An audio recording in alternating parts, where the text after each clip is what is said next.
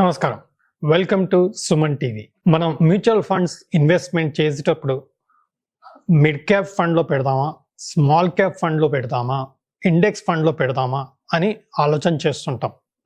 But ఏ ఫండ్లో పెట్టినా సరే మనం తగిన రీసెర్చ్, తగిన కంపారిజన్ చేయడం ఎసెన్షియల్. అదర్వైజ్ మనకు రావాల్సిన రిటర్న్లో చాలా నష్టమయ్యే అవకాశం ఉంటుంది. మిడ్ క్యాప్ ఫండ్ అంటే కంపల్సరీ అన్ని మిడ్ క్యాప్ ఫండ్స్ మంచి రిటర్న్స్ ఇస్తే అనే గ్యారంటీ లేదు. వారు సెలెక్ట్ చేసే పోర్ట్ఫోలియో, ఫండ్ మేనేజర్ హ్యాండిల్ చేసే విధానం, వాళ్ళ రీసెర్చ్ కెపాసిటీ, వాళ్ళ ట్రాక్ రికార్డ్ అనేది చాలా ఇంపార్టెంట్.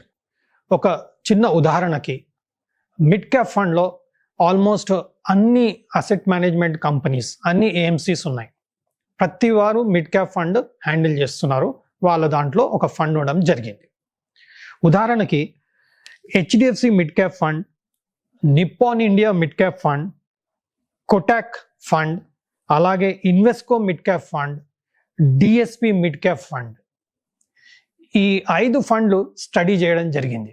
ఫండ్ మేనేజర్ ప్రొఫైల్ ఏంటి, ఎప్పుడు స్టార్ట్ చేశారు, లాస్ట్ 5 yearsలో పర్ఫార్మెన్స్ ఎలా ఉంది, కన్సిస్టెన్సీ ఎలా ఉంది, ఎప్పుడైనా మార్కెట్లు పడేటప్పుడు ఫండ్ ఎక్కువ పడకూడదు, అలాగే మార్కెట్ పికప్ అయినప్పుడు మాత్రం ఫండ్ స్ట్రాంగ్గా పుల్ బ్యాక్ ఇవ్వడం, బౌన్స్ చేసి మంచి రిటర్న్స్ ఇవ్వడం ముఖ్యం. అందులో మనకు రేషియోస్ ఉంటాయి, బీటా అంటాం, షార్ప్ అంటాం, అన్నీ అంటాం. బట్ హవెవర్ మనం రియల్ పర్ఫార్మెన్స్తో కంపేర్ చేసుకోగలిగితే ఆ ఫండ్ యొక్క కన్సిస్టెన్సీ ఆఫ్ పర్ఫార్మెన్స్ ఎలా ఉంది, వాళ్ళ పోర్ట్ఫోలియోలో ఎన్ని స్టాక్స్ ఉన్నాయి, ఇవి చూసుకోవడం ముఖ్యం. సో ఒక ఫండ్ మేనేజర్ ఒక ప్రొఫైల్ కన్ఫర్మ్ అయిపోయాక, బాగుంది అని కన్ఫర్మ్ అయిపోయాక మనం చేయాల్సింది ఏంటి అంటే consistency of performance 5 years, 3 years, 2 years, 1 year return చూసుకోవడం అండ్ కంపారిటివ్గా చేసుకోవాలి. దీనివల్ల మనకేదో కొంత లాభమే వస్తుంది అనుకోవడం పొరపాటు. ఎందుకంటే ఈ పర్టికులర్ మిడ్ క్యాప్ ఫండ్లో దాదాపుగా 35% లోవర్ రిటర్న్ రావడం జరిగింది ఎవరైతే DSP mid cap fund select చేశారో లాస్ట్ 5 yearsలో. So this is the power of research. మీకు రావాల్సిన రిటర్న్లో ఇంకా 35% హైయర్ తెచ్చుకోవాలనుకుంటే ఈ ఫండ్ అనాలిసిస్ చేయడం ముఖ్యం. ఈరోజు మనకు డేటా అవైలబుల్ ఉంది, బట్ ప్రాపర్గా ఇన్ఫర్మేషన్ అనేది ఒకటే స్క్రీన్లో దొరకడం చాలా కష్టం. మనకు వర్క్ అనేది ఎక్కువ అయ్యే అవకాశం ఉంటుంది. అలాంటప్పుడు మ్యూచువల్ ఫండ్ అనాలిసిస్ చేయడానికి ఎన్నో ప్లాట్ఫామ్స్ అవైలబుల్ ఉన్నాయి. One of the platforms what I'm using to analyse all this is Funds Bazaar. So దాంట్లో ఒక ఫండ్ని మనం సెలెక్ట్ చేసుకోవాలనుకున్నప్పుడు ఆ ఫండ్ ఒక థరో రీసెర్చ్ చేసుకోగలుగుతాం. నెక్స్ట్ ఏంటంటే కంపారిటివ్ ఈజ్ వెరీ ఇంపార్టెంట్. ఎవరైతే ఫండమెంటల్ అనాలిసిస్ చూస్తున్నారో screener.inలో వెళ్ళి మనం అన్ని fundamental analysis, stock selections, comparative, peer comparison ఇవన్నీ చేస్తూ ఉంటాం.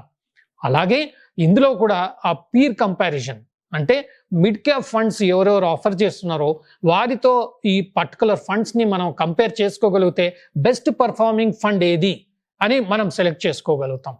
రెండో విషయం ఏంటంటే నంబర్ ఆఫ్ స్టాక్స్ తక్కువ ఉంటే మనకు ఎక్కువ రిటర్న్స్ వచ్చే అవకాశం ఉంటుంది. ఎందుకంటే యావరేజింగ్లో మనకు కొన్ని స్టాక్స్ పెరిగినా కానీ మనకు తొందరగా రిటర్న్స్ పెరిగే అవకాశం ఆ పర్టికులర్ ఫండ్లో ఉంటుంది. సో ఇవన్నీ గమనించగలరు. ఇవి గమనిస్తే కానీ మనం సెలెక్ట్ చేసే ఫండ్లో 35-40% రిటర్న్ ఎక్కువ తెచ్చుకునే అవకాశం ఉంటుంది. ఇంకా లాంగ్ టర్మ్లో అయితే ఇంకా ఎక్కువ రిటర్న్ వచ్చే అవకాశం ఉంటుంది. ఎందుకంటే the strength of the fund management, the strength of the consistency, the strength of the portfolio will give us better returns. And market panic time లో కూడా మనకు తెలుస్తూ ఉంటుంది. లార్జ్ క్యాప్లో మీరు చూడండి, హెచ్డిఎఫ్సి టాప్ 200 ఫండ్ పడ్డప్పుడు కొంచెం ఎక్కువనే పడుతుంది, బట్ రిటర్న్ వచ్చినప్పుడు దానికన్నా ఎక్కువ రిటర్న్ వస్తుంది. బట్ అదర్ ఫండ్స్తో కంపేర్ చేసుకుంటే కన్సిస్టెంట్గా మనకు మంచి రిటర్న్ లాంగ్ టర్మ్లో లార్జ్ క్యాప్లో ఇచ్చిన ఫండ్ హెచ్డిఎఫ్సి టాప్ 200 ఫండ్. ఇలా మనం selection of fund is very important. ఏ ఫండ్లో మనం సెలెక్ట్ చేయాలనేది ఇంపార్టెంట్. నెక్స్ట్ వచ్చేసి మనం జనరల్గా index is a safe investment అని చెప్పి చేస్తూ ఉంటాం. సో ఇండెక్స్ ఫండ్లో పెట్టేస్తుంటాం. బట్ మనం గుర్తుపెట్టుకోవాల్సింది ఏంటంటే ఇండెక్స్ ఎంత సేఫో ఇండెక్స్ని బీట్ చేసుకుంటూ ఇండెక్స్ బేస్ మీద ఉన్న ఫండ్లో ఇన్వెస్ట్ చేసుకుంటే మనకు బెటర్ రిటర్న్ వచ్చే అవకాశం ఉంది. అందుకని ఇప్పుడు మనకు కొత్తగా Nifty alpha fund, Nifty alpha 50 అని చెప్పేసి ఒక ఇండెక్స్ క్రియేట్ చేయడం జరిగింది. ఆ ఇండెక్స్ బేస్ మీద మ్యూచువల్ ఫండ్స్ కూడా రావడం జరిగింది. సో దీనివల్ల మనకి తెలిసేది ఏంటంటే మన ఇండెక్స్ ఎంత సేఫో ఇండెక్స్ సంబంధించిన ఆల్ఫా 50 కూడా అంతే సేఫ్. ఎందుకు అంటే ఈ ఇండెక్స్ నిఫ్టీలో ఉన్న స్టాక్స్లో ఏదైతే మంచి రిటర్న్స్, ఇండెక్స్ కన్నా బెటర్ రిటర్న్స్ ఇస్తున్న స్టాక్స్ ఉన్నాయో అవి మాత్రమే ఈ ఆల్ఫా 50 ఇండెక్స్లో ఉండడం జరుగుతుంది. కాబట్టి నిఫ్టీ గ్రూప్లో, నిఫ్టీ ఆల్ఫా 50 గ్రూప్లో ఉండేటి గుడ్ స్టాక్స్ అండ్ గుడ్ ఫండమెంటల్గా సెలెక్ట్ చేసిన స్టాక్స్ మాత్రమే అండ్ ఇండెక్స్ని బీట్ చేసే స్టాక్స్ మాత్రమే అందులో ఉండడం జరుగుతుంది. ఈ బేస్ మీద ఉన్న మ్యూచువల్ ఫండ్లో మనం ఇన్వెస్ట్ చేస్తే నిఫ్టీ కన్నా బెటర్ రిటర్న్ వచ్చే అవకాశం ఉంది అండ్ సేఫ్టీ కూడా బెటర్గా ఉంటుంది. Index is a safe investment world wide, ఇండియాలోనే కాదు యుఎస్లో అయినా సరే మనకు index investment is always safe. Warren Buffett గారు కూడా చెప్పారు, బ్లైండ్ ఇన్వెస్ట్మెంట్ మీరు రీసెర్చ్ కూడా అవసరం లేనిది మీరు 15% కంపౌండింగ్ రిటర్న్ చేసుకోలేకపోతే S&P 500లో ఇన్వెస్ట్ చేయండి. 14 to 15% కంపౌండింగ్ అనేది మీకు లాంగ్ టర్మ్లో కన్ఫర్మ్గా ఉంది. దానికోసమని మీరు రీసెర్చ్ చేయాల్సిన అవసరం కూడా లేదు అని చెప్పడం జరిగింది. నెక్స్ట్ విషయానికి వస్తే మనం చేయాల్సింది ఏంటంటే small cap fund. Small cap fund మనం అందరం చాలా ఇష్టపడతాం. ఎందుకు అంటే అందులో రిటర్న్స్ హ్యూజ్గా ఉంటాయి. 50%, 60%, 70% పర్ ఇన్ 1 year వచ్చిన సిచ్యువేషన్స్ కూడా ఉన్నాయి. అలాంటి ఫండ్లో వాలటిలిటీ కూడా ఎక్కువ ఉండే అవకాశం ఉంటుంది. అలాంటప్పుడు మనం సెలక్షన్ ఆఫ్ ఫండ్ అనేది చాలా ఇంపార్టెంట్. ఒక చిన్న ఎగ్జాంపుల్లో Quant small cap fund, Nippon India small cap fund, Edelweiss small cap fund study చేయడం జరిగింది. So Quant small cap fund from beginning and last 5 yearsలో కూడా మీకు 47% రిటర్న్ ఇవ్వడం జరిగింది. అలాగే Nippon India 38% and Edelweiss small cap fund 34% return ఇవ్వడం జరిగింది. అంటే ఎడల్వైజ్లో ఇన్వెస్ట్ చేసిన వారికి దాదాపుగా 50% లోవర్ రిటర్న్ వచ్చింది. సో మనం టాప్ ఫండ్లో ఉండడం డెఫినెట్గా టఫ్. ఫ్యూచర్ ఏమవుతుంది అనేది ఎవరికీ తెలీదు. But however at least top second first 1 or 2 ఫండ్స్లో మనం సెలెక్ట్ చేసుకొని ఈ ఫండ్ టాప్ 2లో మ్యాక్సిమం టాప్ 3లో ఉండగలిగే ఫండ్ అన్నట్టుగా మనం సెలెక్ట్ చేసుకోగలిగితే అందులో ఇన్వెస్ట్ చేస్తే మంచి రిటర్న్ వచ్చే అవకాశం ఉంది. అండ్ ఆ రిటర్న్ ఇంకా యాక్సిలరేట్ అయ్యి మనకు ఎక్కువ రిటర్న్ వచ్చే అవకాశం ఉంది.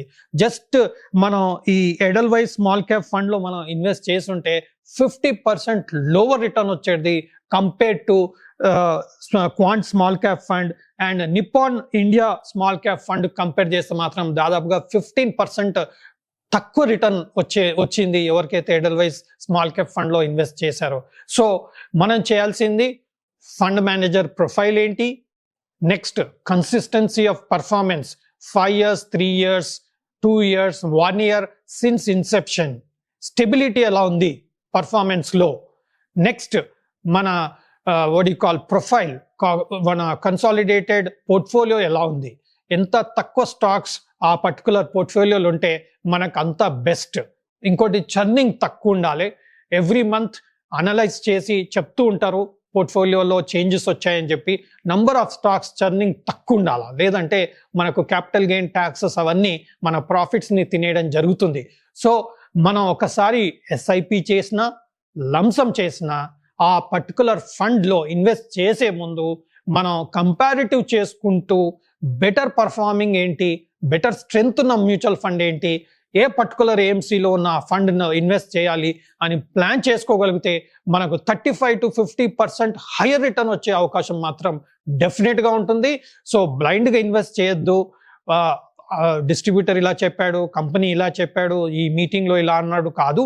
మీరు తగిన రీసెర్చ్ చేసుకోండి, తగిన స్టడీ చేసుకోండి. ఎన్నో ప్లాట్ఫామ్స్ పైన ఈ కంపారిటివ్ అనేది అవైలబుల్ ఉంది. సో నేను ఫండ్స్ బజార్లో చూశాను కాబట్టి నేను ఆ విషయం షేర్ చేయడం జరుగుతుంది. సో మీరు కూడా ఆ పర్టికులర్ రీసెర్చ్ చేసి మీ ఫైనాన్షియల్ అడ్వైజర్ని సలహా తీసుకొని మీరు తగిన ఇన్వెస్ట్మెంట్ చేయండి. నేను సెబీ అనలిస్ట్ని కాదు. Thank you.